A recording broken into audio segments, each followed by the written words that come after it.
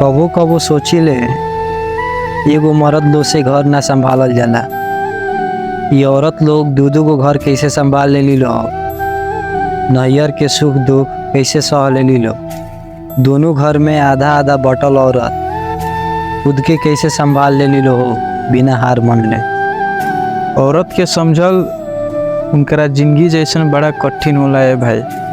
पत्थर जैसन मन करके फूल जैसे टूट जाली अपना डाल से। अपन मन मार के मन लगैले रहली पूरा घर परिवार के। घर चलावे खातिर वो अपन घर छोड़ देली लो, हमनी के करियर बनावे खातिर वो अपन करियर छोड़ देली लो। हम तो ये सोचे नहीं कि अपन जिंदगी या जवानी आग में झोंक के एगो औरत के काम मिल जात हो।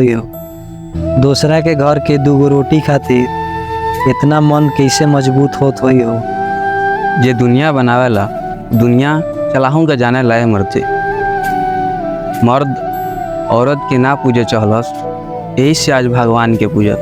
सही कह तारा हो, औरत बनल भगवान जैसन होला, जेकरा सब केहू के सुख देवे के जिम्मेदारी बा, सब केहू के दुख हरे के अधिकार बा।